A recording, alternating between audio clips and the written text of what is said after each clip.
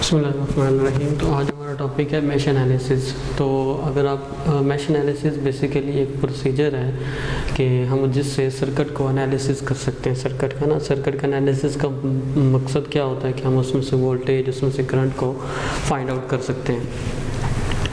तो इसमें ये वही सेम मेथड जैसे हमने नोड एनालिसिस पढ़ा ना, नोड एनालिसिस से सेम टू सेम ये मैश एनालिसिस भी उसी तरह रिपीट होता है। ठीक है, तो मैश एनालिसिस और इसमें आपने जो डिफरेंस है वो आप अगर देखना चाहें तो इससे पहले जो मैंने वीडियो बनाई इंट्रोडक्शन टू मैश एनालिसिस, आप काइंडली वो भी ज़रूर देखिएगा ताकि आपको ये चीज़ें काफ़ी क्लियर हो जाएंगी। इंट्रोडक्शन टू मैश एनालिसिस और जो टर्म्स यूज़ होती हैं मैश एनालिसिस में वो भी उसमें मैंने बताई हुई हैं, जनरल प्रोसीजर बताया हुआ उसमें। तो अब यहाँ पर इस वीडियो में हम इंशाल्लाह कम्प्लीटली इसका प्रोसीजर देखेंगे और ये स्टेप मैंने बता दिए, इन स्टेप को फॉलो करेंगे तो हमारा जो सर्किट्स होगा एनालिसिस मैश एनालिसिस से वो इजीली हो जाएगा। ठीक है, तो हम देखते हैं कि पहला स्टेप क्या है इसके अंदर। पहला जो स्टेप है आइडेंटिफाई द मैशेस। ठीक है, मैशेस क्या होती हैं ये मैंने पहले भी बताया वीडियो में, तो इसमें भी देखें कि मैशेस क्या होती हैं। बेसिकली मैश वो होती है जिसके अंदर कोई और लूप ना हो, एक ऐसी लूप जिसके अंदर और लूप ना हो। तो ये एक हमने लूप डिफाइन की क्लोज पाथ के अंदर जिसके अंदर मज़ीद कोई नोड एक से ज़्यादा टाइम पास ना हो, उसको लूप कहते हैं। लूप को आप मैश भी कहते हैं लेकिन तब जब उसके अंदर कोई और लूप ना हो, वो अकेली लूप हो, जैसे ये अकेली है, ये अकेली है, इसके अंदर कोई और लूप नहीं है। तो हमने सबसे पहले आइडेंटिफाई किया एक ये मैश बनती है, दूसरी क्लोज पाथ के अंदर ये मैश बनती है। ठीक है, इसके अलावा यहाँ पर कोई और मैश नहीं डिफ़ाइन हो सकती। तो हमने ये डिफ़ाइन कर ली। आगे अगर और सर्किट होता तो शायद और भी डिफ़ाइन हो जाती, लेकिन फ़िलहाल यहाँ दो ही हैं। उसके बाद आपने क्या करना है, उसके बाद आपने current variable to each mash. अब आपने क्योंकि ये मैश करंट या लूप करंट को डिफ़ाइन करने की कोशिश करें तो इनको करंट वेरिएबल देना है। I1 दे दिया इस मैश को, इसको हमने I2 दे दिया और हमारी मैश है नहीं, तो हमने दो करंट वेरिएबल्स, दो मैशेस डिफ़ाइन कर लिए हमारे पहले दो स्टेप से। और दूसरे स्टेप में एक और जो बात उसने की है वो ये किया है कि आपने पोलैरिटी भी डिफ़ाइन करनी है। तो याद रखें क्योंकि हमारी ये मैश इस नोड से स्टार्ट हो रही है, इस नोड से पास होते हुए इस तरह दोबारा इस नोड की तरफ आ रही है, तो हम जहाँ से ये नोड इंटर होगी रेजिस्टेंस के उसको पॉजिटिव टर्मिनल कहेंगे और इसको नेगेटिव। ये पैसिव एलिमेंट की पोलैरिटी डिफाइन करने का तरीका है। ठीक है, उसके बाद इसी तरह यहाँ से भी इंटर हो रही है, यहाँ से लिव कर रही है, तो इसको भी हमने पॉजिटिव और नेगेटिव कह दिया। ये दो हो गई, इसकी भी डायरेक्शन डिफाइन हो गई, इसकी भी डायरेक्शन डिफाइन, क्योंकि यहाँ से इंटर होगी, यहाँ से लिव होगी, जहाँ से इंटर हो उसको पॉजिटिव और उसको नेगेटिव। सोर्स के लिए जो वोल्टेज सोर्स है 5 वोल्ट का, इसके लिए आप पोलैरिटी जो डिफाइंड है वही यूज़ कर लें। पैसिव एलिमेंट के मुताबिक आप इसकी सेम पोलैरिटी भी यूज़ कर सकते हैं। ठीक है, पैसिव एलिमेंट की पोलैरिटी के मुताबिक। लेकिन अगर आप जिस तरह मैंने आपको बताया कि जहाँ से इंटर हो पॉजिटिव, जहाँ से नेगेटिव, तो आप उसको वो भी ले सकते हैं, वहाँ पर इसकी पोलैरिटी ऑपोजिट हो जाएगी। तो जब ये ऑपोजिट होगी तो जब आप इसमें से करंट फाइंड आउट करने लगेंगे तो करंट के साथ इसके साथ नेगेटिव आ जाएगा। ठीक है, तो जब पोलैरिटी चेंज होगी तो साइन भी चेंज होगा फाइंड आउट करंट के दरमियान। फ़िलहाल आप यही यहाँ पर मैं क्या कर रहा हूँ कि वोल्टेज सोर्स के साथ जो पोलैरिटी डिफाइंड है हम वही यूज़ कर रहे हैं। ठीक है, यहाँ पर भी वही वोल्टेज सोर्स की हम पोलैरिटी को यूज़ कर रहे हैं। तो ये अब ये लूप 1 की पोलैरिटी हमने डिफाइन कर दी। लूप 2 जो इसमें मूव हो रही है उसकी, वो भी यहाँ से स्टार्ट हो रही है, यहाँ से इंटर हो रही है और यहाँ पर लिव कर रही है। तो ये पॉजिटिव टर्मिनल, ये नेगेटिव टर्मिनल। इसी तरह वोल्टेज सोर्स की पोलैरिटी पहले से डिफाइन, हम वही कंसीडर कर रहे हैं। यहाँ पर इसकी पोलैरिटी क्या आएगी, पॉजिटिव और नेगेटिव, क्योंकि इस रेजिस्टेंस में ये लूप यहाँ से इंटर होगी तो ये पॉजिटिव टर्मिनल हो जाएगा, ये नेगेटिव। और इसी रेजिस्टेंस में से ये लूप यहाँ से इंटर हो रही है तो इसका ये पॉजिटिव टर्मिनल, ये नेगेटिव। अब जब हम इस लूप में से करंट फाइंड आउट करने लगेंगे तो इसका मेथड बाकी से डिफरेंट है, बाकी तरीक़ों से डिफरेंट है। वो भी हम जब देखेंगे तो हम पहला मैश को फाइंड आउट करने की कोशिश करते हैं। अब देखिए मैंने इसको डॉटेड बनाया हुआ है और इसको सॉलिड बनाया हुआ है। ठीक है, डॉटेड का मतलब है कि हम इस लूप को अभी कंसीडर नहीं कर रहे हैं, हम इस लूप के ऊपर वर्क कर रहे हैं। तो अब हम इस लूप को डिफाइन करेंगे तो पहला इसके अंदर से देखिए वोल्टेज सोर्स। अब आप ये देखना है, अब ये देखना है कि वो 5 वोल्ट के साथ प्लस आएगा या नेगेटिव साइन आएगा। यानी जब हम इसमें से वोल्टेज, अब इसके ऊपर अप्लाई क्या करना है, बेसिकली हम अप्लाई कर रहे हैं KVL। ठीक है, KVL हमें क्या कहता है, sum of the all voltage is equal to 0। ठीक है, और वोल्टेज के साथ पॉजिटिव आएगा, हर एक के वोल्टेज के साथ इसके साथ पॉजिटिव आना चाहिए या नेगेटिव आना चाहिए, वो हमारी पोलैरिटी डिफाइन करेगी, वो हमारी लूप की एरो की डायरेक्शन डिफाइन करेगी। किस तरह 5 वोल्ट पे जब कभी ये आपका एरो हायर से लोअर से हायर की तरफ जा रहा हो, हम पॉजिटिव टर्मिनल को हायर पोटेंशियल पे कहते हैं और नेगेटिव टर्मिनल को लोअर पोटेंशियल कहते हैं। तो लोअर से हायर पोटेंशियल की तरफ आपका अगर एरो जा रहा है तो आप उसको पॉजिटिव लेंगे, तो 5 वोल्ट पॉजिटिव आ जाएगा। ठीक है, इसी तरह जब इसमें से हम कंसीडर करें हमारा एरो यहाँ हायर से लोअर की तरफ जाएगा, क्योंकि पॉजिटिव से नेगेटिव की तरफ मूव करेगा, किसकी डायरेक्शन होगी इस तरह, तो हम इसको नेगेटिव लेंगे। तो रेजिस्टेंस कितनी है 2000, 2 किलो ओम को 2000 भी कहते हैं। तो करंट क्या है इसमें से I1, तो ओम्स लॉ के मुताबिक R multiply by I is equal to voltage होता है। ठीक है, इसी तरह यहाँ पर ये हायर है पॉजिटिव और नेगेटिव, तो ये वाली लूप में हायर से लोअर की तरफ मूव करेगा, तो वो करंट माइनस में क्या हो जाएगा I1 हो जाएगा, ऐसे ही ना। ठीक है, क्योंकि इसमें से जो करंट मूव कर रहा है वो हायर से लोअर की तरफ मूव कर रहा है। लेकिन ये रेजिस्टेंस को जब आप इसमें से करंट फाइंड आउट कर रहे होंगे तो एक करंट नहीं लेंगे, इसमें से आप इसको ज़रा गौर से मैं इसको डिटेल में बता देता हूँ। इसमें से I1 करंट फॉलो कर रहा है, दूसरा जो करंट फ्लो कर रहा है वो I2 फ्लो कर रहा है और इसकी रेजिस्टेंस है 1 किलो ओम। अब आप ये देखें कि ये जो लूप, ये इस लूप का करंट भी फ्लो कर रहा है इस रेजिस्टेंस में से, दूसरी लूप का करंट भी इसमें से फ्लो कर रहा है। तो जब कभी आप कॉमन रेजिस्टेंस, ये कॉमन हो गई ना दोनों की, में से अगर करंट फाइंड आउट करना चाहें तो आपने दोनों करंट्स को कंसीडर करना होता है, किसी एक करंट को आप छोड़ नहीं सकते।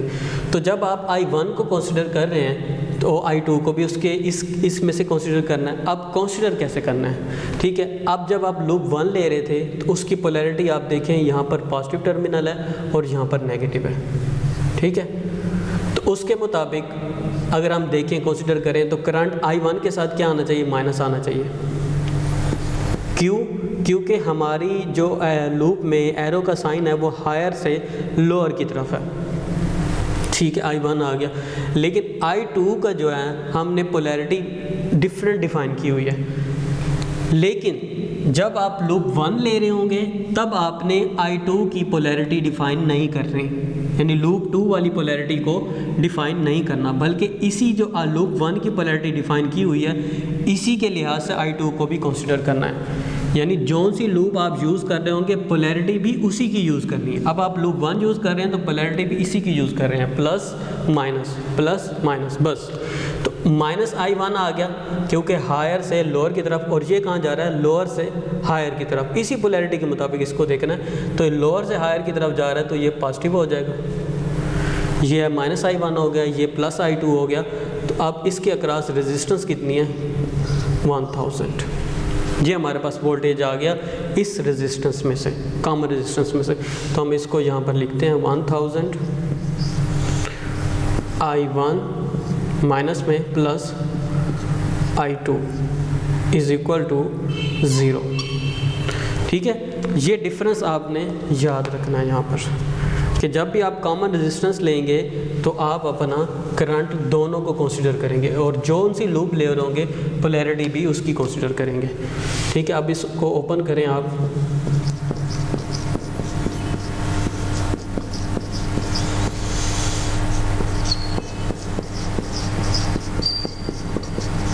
ज़ीरो, ये माइनस का है, ये माइनस का है, तो ये हो जाएगा minus 3000 I1 plus 1000 I2 is equal to आ जाएगा माइनस 5 वोल्ट। ये कौन माइनस प्लस में है तो इधर लेके आएंगे। ये इक्वेशन मैश 1 के लिए आपने डिफाइन कर ली। ठीक है, इसी तरह अगर मैश 2 के लिए आप, अब दूसरी लूप भी रह गई उसको भी फाइंड आउट करना है, तो उसको अगर हम फाइंड आउट करें, उसको भी मैं यहाँ पर ड्रा कर देता हूँ।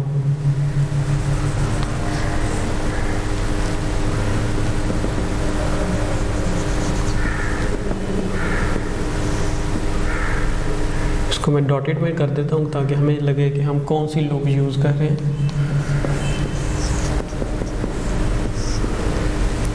ये 2 किलो ओम की है हमारे पास, ये भी 2 किलो ओम है और ये 1 किलो ओम की है, ठीक है। और ये हमारे पास 2 वोल्ट है और ये 5 वोल्ट है। अब हम ये वाली लूप कंसीडर कर रहे हैं, इसकी पोलैरिटी हमारे पास plus minus plus minus plus minus, ये हमने पहले से डिफाइन की हुई है। इसके मुताबिक अब इसको डिफाइन करते हैं। पहले ये कॉमन रेजिस्टेंस ले लेते हैं, इसको मैं अलग से ले लेता हूँ, लिखने में आसानी रहेगी। 1 किलो ओम की ये रेजिस्टेंस है, इसमें से जो पोलैरिटी है हमारे पास प्लस माइनस है। करंट किस तरफ है, I2 इस तरफ है और I1 को है वो इस तरफ है। अब इस लूप में से आप देखें पोलैरिटी हमने ये वाली कंसीडर की, प्लस और माइनस, उसकी पोलैरिटी को कंसीडर, लूप 2 की बारी है तो पोलैरिटी भी इसी की यूज़ करनी है आपने। ये पोलैरिटी डिफाइन करें। अब इसके मुताबिक ये हायर से लोअर की तरफ जा रहा है तो ये माइनस हो जाएगा, और ये लोअर से हायर की तरफ हो जाएगा तो ये प्लस में हो जाएगा, I1 आ जाएगा आपके पास। और रेजिस्टेंस कितनी है, 1000। तो कॉमन रेजिस्टेंस में से आपके पास करंट क्या आ गया, -I2 प्लस I1। दोनों में डिफरेंस देखें, यहाँ पर -I1 है और यहाँ पर -I2 है, ठीक है। ये अब आप इसको ज़रा मैं इसको एक साइड पे करके लिख देता हूँ। तो ये अब आपके पास आ गया -I2 प्लस I1 1000, ठीक है।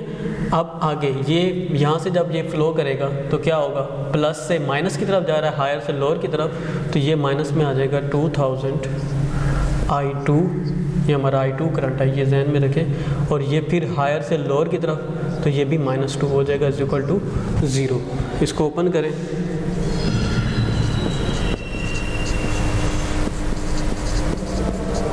I1 -2000 I2 -2 =0 आ जाएगा। ये भी माइनस का है, ये भी माइनस का, तो ये हो जाएगा -3000 I2 प्लस 1000 I1 -2 =0 हो जाएगा। तो यहाँ से आपके पास ये दूसरी इक्वेशन आ जाएगी, I1 = 2, ये इक्वेशन नंबर 2 आ गई। तो ये मैश नंबर 2 की इक्वेशन है, ये मैश नंबर 1 की इक्वेशन है। इसको अगर हम अब इसमें से अब हम हमारा ये तीसरा स्टेप भी हो गया, KVL भी अप्लाई कर दिया और हमने जो रेजिस्टेंस हैं हमने KVL अप्लाई करके 2 इक्वेशंस फाइंड आउट कर ली। चौथा स्टेप क्या है, अब आपने इन रेजिस्टेंस को सॉल्व करना है। जो इक्वेशंस आपने ड्राइव की हैं, हमारा चौथा स्टेप क्या है, 3 स्टेप्स हो गए, चौथा स्टेप्स हमारा क्या है, इन इक्वेशंस को सॉल्व करना है।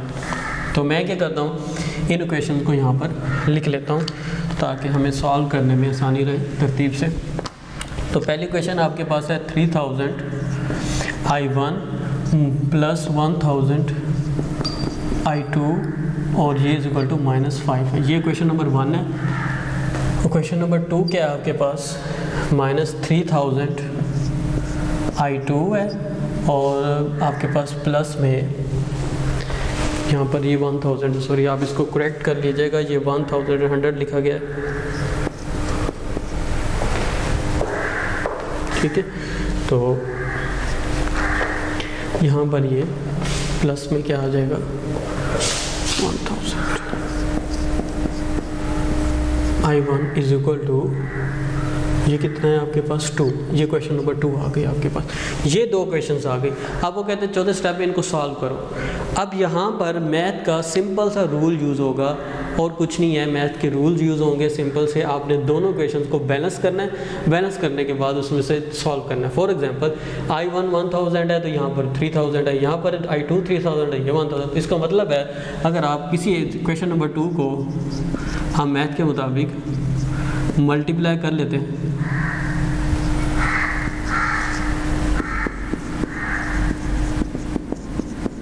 क्वेश्चन 2 को बाय 3, ठीक है। हम चौथे स्टेप को फॉलो कर रहे हैं, उसके बाद हम 5वें स्टेप को करेंगे। 3 से मल्टीप्लाई करें क्वेश्चन 2 को, ये क्या बन जाएगी, 9000 I2 प्लस 3000 I1 = 6, ये बन गई। अब आप क्वेश्चन 1 के साथ इसको सम कर दें। जो I1 है I1 के नीचे लिखें, ये 3000 और I2 क्या है प्लस में 1000, I1 = किसके है, -5 के। जब आप इनको सम करेंगे, ये प्लस का ये माइनस का ये कट जाएंगे, ये प्लस माइनस का ये प्लस का, यहाँ बचेगा 1 और ये कितना बचेगा 8000। I1 कब आ जाएगा। ठीक है, यहाँ से I1 आप फाइंड करें 1 ओवर क्या आ जाएगा आपके पास, जो कि आ जाएगा तकरीबन माइनस में, ये माइनस में आएगा यहाँ पर, तो ये माइनस में 0.125 मिली एम्पेयर आपके पास I1 करंट आ जाएगा। ठीक है, अब इसी तरह आप इस I1 को यूज़ करके इसको दूसरी इक्वेशन में पुट करेंगे, दूसरी इक्वेशन से आपके पास I2 आ जाएगा, जहाँ से आपके पास दोनों करंट्स की वैल्यूज फाइंड आउट हो जाएंगी। अब हम इसको पुट करके देखते हैं। ऊपर वाली इक्वेशन जो है हमारे पास 3000 I1 plus 1000 I2 is equal to -5। इसके अंदर अब आपके पास I1 प्लस 1000 I2 को पुट करें। I2 हमारे पास यहाँ पर सॉरी ये I2 है, इसको सही कर लें। ठीक है, यहाँ पर I2 आपके पास -0.125 मिली एम्पेयर में आ गया है, जो कि -5। ठीक है, जब आप इसको सॉल्व करेंगे तो आपके पास I1 इज इक्वल टू कितना आएगा 1.625 मिली एम्पेयर आ जाएगा। ये आपके पास I1 आ जाएगा। ठीक है, I1 भी आ गया, I2 भी आप देखें यहाँ पर आपने फाइंड आउट कर लिया, दोनों करंट आपके पास आ गए। इसमें से भी करंट आ गया, इसमें से भी करंट आ गया। ठीक है, ये रेजिस्टेंस आपके पास R1 है, ये R2 है और ये रेजिस्टेंस R3 है। ठीक है, R2 R1 रेजिस्टेंस में से भी करंट आ गया, लेकिन R3 में से कौन सा रेजिस्टेंस करंट है?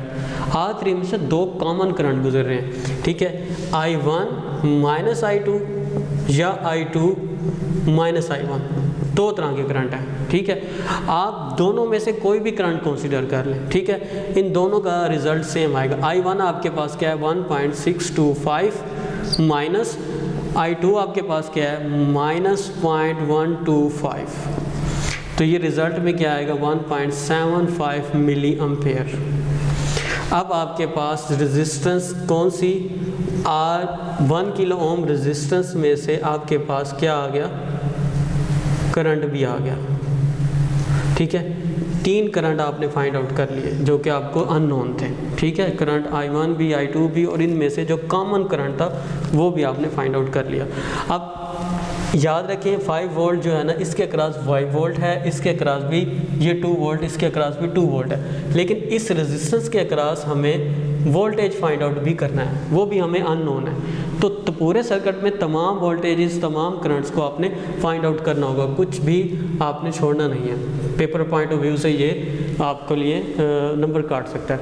तो इसको अगर हम 1 किलो ओम रेजिस्टेंस में से कितना करंट पास कर रहा है ये तो हमें पता लग गया 1.75। ओम्स लॉ के मुताबिक, ओम्स लॉ कैसे कहता है, वोल्टेज फाइंड करने के लिए current multiply by resistance. Resistance कितनी है 1000 है, तो आप इसको मल्टीप्लाई करेंगे तो किलो वोल्ट में आपके पास इसका क्या आ जाएगा, वोल्टेज भी आ जाएगा। तो अब आपके पास वोल्टेज भी आ गया, करंट भी सारे आ गए, वोल्ट भी आ गए। इसमें से 5 वोल्ट यानी रेजिस्टेंस 1 में से 5 वोल्ट ही है, क्योंकि पूरा का पूरा यहाँ पर ड्रॉप होगा।